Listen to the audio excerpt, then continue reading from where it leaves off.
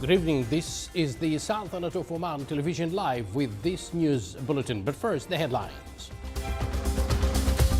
A session of talks is held between the Sultanate and the United Kingdom related to aspects of enhancing the existing cooperation between their defences ministries. And the decision of the COVID-19 Supreme Committee to close all commercial activities in the Sultanate Governorates at night comes into force today.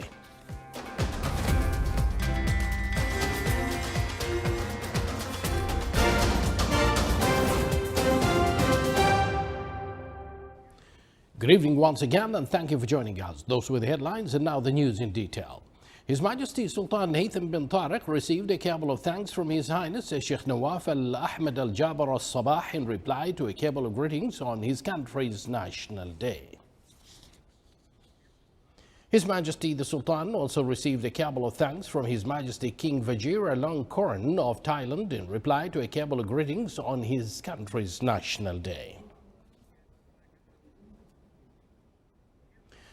A session of talks was held at the Minister of Defense headquarters in Muaskar al-Murtafa between His Highness Sayyid Shihab bin Tariq bin Taymour al-Said, Deputy Prime Minister for Defense Affairs, and His Excellency Ben Wallace, Secretary of State for Defense of the United Kingdom, who is currently visiting the Sultanate. At the beginning of the meeting, His Highness the Deputy Prime Minister for Defense Affairs welcomed His Excellency the guest and his accompanying delegation, wishing him a pleasant stay in the Sultanate. For his part, His Excellency the guest thanked His Highness for the warm reception and generous hospitality that he received, and the accompanying delegation affirming him of the depth of the historical friendship between the Sultanate and the United Kingdom and its importance in supporting the march of the close relations between the two countries. During the official talks, sessions areas of existing cooperation between the defense ministries of the two countries and means to enhance them were discussed, and viewpoints were exchanged on a number of matters of common interest of the two friendly countries.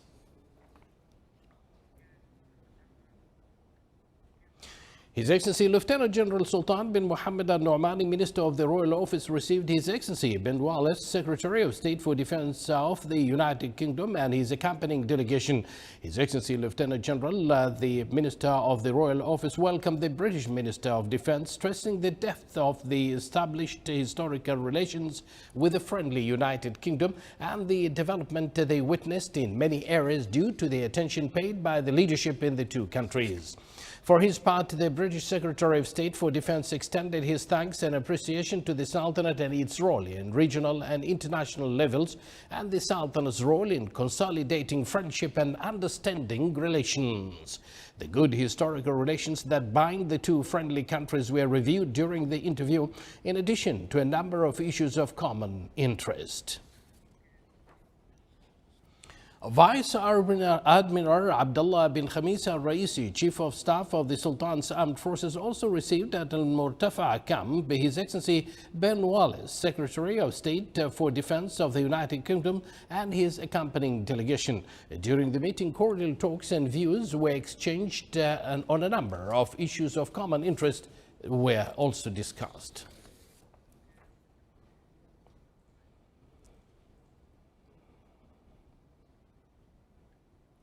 His Excellency Dr. Mahad bin Saeed Ba'wain, Minister of Labour, issued a decision declaring Thursday the 27th of Rajab 1442 Hijri, corresponding to the 11th of March 2021, an official leave for employees at the ministries, public authorities and other departments of the state administrative apparatus and workers at establishments of private sector on the occasion of the anniversary of Al-Isra wal-Mi'raj. The decision allowed the employers and employees to agree on compensating this holiday if necessity arises. We seize this blessed occasion to extend greetings to His Majesty Sultan Haytham bin Tariq, praying to Allah the Almighty to protect His Majesty, grant him good health, happiness and long life, and for the return of these and similar occasions on His Majesty for many years to come, and the Omani people and our dear country further progress and welfare under His Majesty's wise leadership, and all Muslims' welfare and blessings. The decision of the Supreme Committee of the COVID-19 to close all commercial activities in the Sultanate Governorates between 8 p.m. and 5 a.m. from today, 4th of March to Saturday, 20th of March of 2021 comes into force today. However, the authorities have confirmed that the closure decision will not prevent the movement of individuals and vehicles. The closure includes restaurants, cafes, inside tourist facilities and home delivery services, but excludes gas stations, health institutions and private pharmacies. Within the context of the Education Ministry's application of the blended learning system, the Supreme Committee approved the continuation of online learning in government schools from Sunday 7th of March to Thursday 11th of March 2021. During this period, an assessment will be made in light of epidemiological updates in the Sultanate. The Supreme Committee called upon all to avoid gatherings, noting that assembling proved to be scientifically associated with infection cases in societies at a large scale. The Minister of Health announced that the total number of COVID-19 cases registered in the Sultanate reached 142,896, while the total number of deaths reached 1,583. The total recovered cases reached 133,491, which is 93.4% of the total recovery rate. The ministry indicated that the total number of inpatients reached 197, among which 80 are in the intensive care units. Amid sharp increase of COVID-19 infection in various wilayas of Oman, a call for strictly following the preventive measures has become a must to stop the spread of the pandemic, protect the community and the national economy. The next stage is crucial to reverse the COVID situation in the country. The community members are required to be more observant to the Supreme Committee's preventive measures. Infection and ICU high admission rates resurfaced after the community have become more relaxed about meeting COVID health requirements in their places of work or public areas. The government has taken a tougher call by issuing a 2-week suspension of commercial activities during the night hours to minimize the spread of the pandemic during commercial active hours. You're watching the Sultanate of Oman television, and yet to come in our news bulletin. The West Souk, an ancient traditional market in Nizwa, awaits for commercial activities in full swing.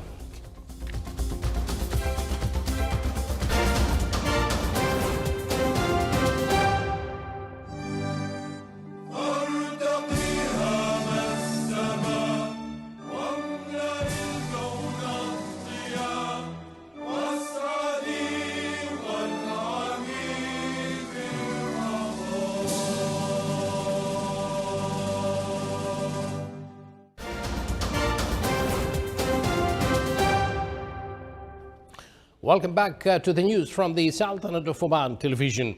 Oman oil price today increased by $1.68 to reach $63.04 per barrel. Oman crude oil average price for the current month reached $54.78 per barrel, an increase by $4.79 compared to delivery price in February.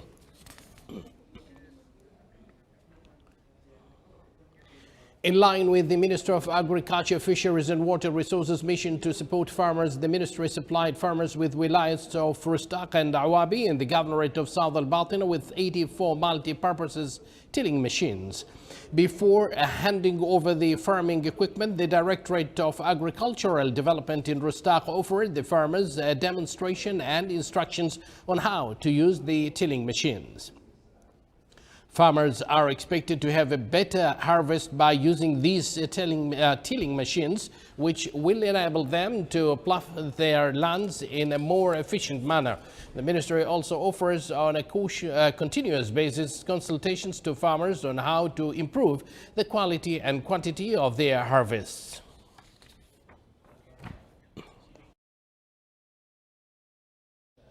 And now to Nizwa. The West Souk is an ancient traditional market that is distinguished by its unique architectural character and its strategic location in the Wilaya of Nizwa. However, this souk is looking forward to restoring its prior commercial activity after most of its merchants have left it despite being restored and renewed. More details in the following report. The West Souk, or as it is locally called a Souk al-Gharbi, is a traditional market in the Wilaya of Nizwa, adjacent to Nizwa Fort. The gate of this archaeological market opens every morning.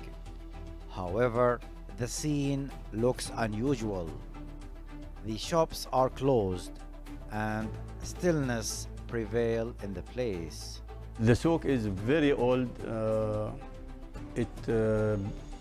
Before the Islam, it is the central souk of the interior, and maybe in the Oman, because the Nizwa is the capital of Oman in the past time. In the past time, all the camel come through the door and go past from another door.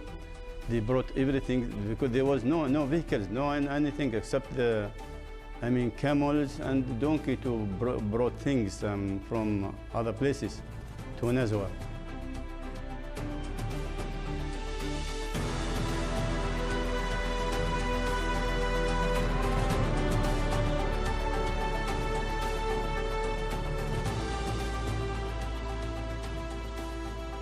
In 94, the souk they constructed again, and all people get out from the souk, and they get it another shop out of the place. They stay out of the souk, and no people come here again. All shopkeepers are staying out of the souk. Of the 86 shops in this market, only 6 have remained in operation, run by elderly merchants who work hard to preserve the spirit and memory of the place. In the souk, from 86 shops, just only about 6 shops are open. And we are sitting here, nobody can come except the people who come as a visit just to see. We need those people who are selling all things outside. They are coming in the souk. Then maybe the souk will come more than this time. The souk used to be full of the bustle of vendors, traders, and buyers. The corridors hold memories of the auctioning, the negotiation, and the bargaining that took place among these shops. The shops here are awaiting the moment when their doors are unlocked once again to prosper and restore the proper economic activity of the West Souk. صالح بن خلفان الرحبي, ولاية of نزوة الداخلية, Governorate.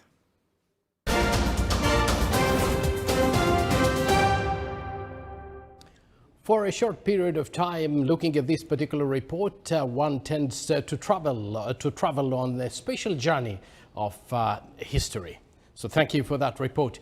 The head of the United Nations Atomic Watchdog Agency said today that Iran has agreed to sit down with international technical experts investigating the discovery of uranium particles at 3 undeclared sites in the country. The move comes after months of frustration at Iran's lack of credible explanation. The agreement came as 3 of the remaining signatories to the 2015 nuclear deal with Iran, France, Germany and Britain backed off the idea of a resolution criticizing Iran for its decision to start limiting access to International Atomic Energy Agency inspectors. IAEA Director General Rafael Grossi told reporters in Vienna that Iran has finally welcomed and accepted his initiative to engage in a focused and systematic effort aimed at attempting to clarify a number of outstanding issues. A first meeting will take place in Iran at the beginning of April. Certain material that exists in Iran which were not declared. The head of the World Health Organization's Europe office said today that COVID-19 cases across the 53-country region increased by 9% over the last week, snapping a 6-week run of declines, and insisted countries need to get back to focusing on suppressing the spread of the virus. Dr. Hans Klug said more than 1 million cases were tallied over the last week in the region, and the resurgence was particularly focused in Central and Eastern Europe, although some Western European countries have noticed increases too. Alluding to solidarity shown by some European countries that have taken in patients from hard-hit neighbors, Klug said that over a year into the pandemic, their health systems should not be in this situation. He called for more measures to stop the spread of the virus and urged countries to accelerate the vaccine rollout.